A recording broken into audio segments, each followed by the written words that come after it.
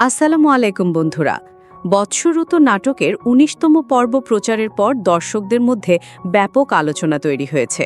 বিশেষ করে জামালের শারীরিক অবস্থা এবং মায়াকে ঘিরে তৈরি হওয়া পরিস্থিতি এখন গল্পের মূল কেন্দ্রবিন্দু।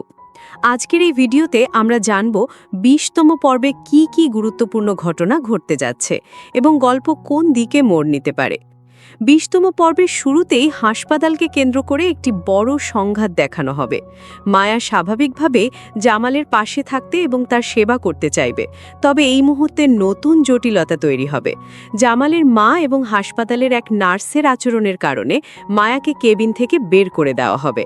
নার্স দাবি করবে রোগীর সঠিক পরিচর্যার স্বার্থেই এই সিদ্ধান্ত নেওয়া হয়েছে।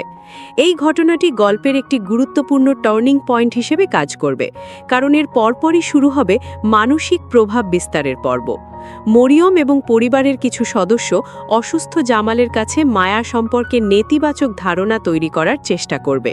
তাদের বক্তব্য অনুযায়ী মায়া নাকি সম্পত্তি ও দলিলপত্রের বিষয়ে অতিরিক্ত আগ্রহ দেখিয়েছে। এই অভিযোগের ফলে জামালের মনে সাময়িক দ্বন্দ্ব তৈরি হতে পারে।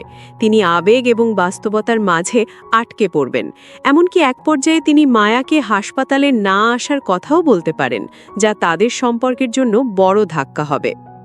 পর্বের মাঝামাঝি একটি উল্লেখযোগ্য দৃশ্যে মরিয়ম বিয়ের প্রসঙ্গ তুলবে, তবে এখানেই আসতে পারে অপ্রত্যাশিত মোড়।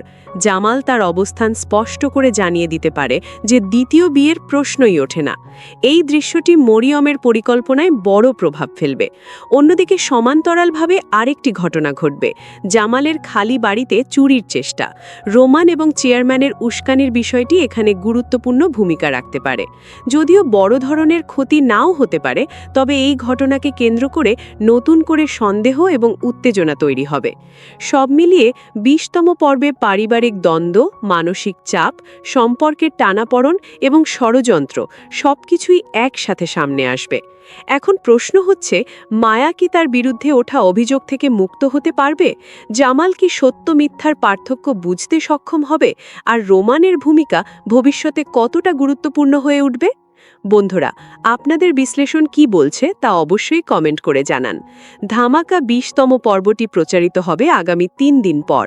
নিয়মিত আপডেট এবং বিস্তারিত বিশ্লেষণ পেতে আমাদের চ্যানেলটি সাবস্ক্রাইব করে বেল আইকন অন করে রাখুন। আজকের আপডেট ভিডিও এখানেই শেষ করছি। দেখা হবে পরবর্তী ভিডিওতে। ধন্যবাদ।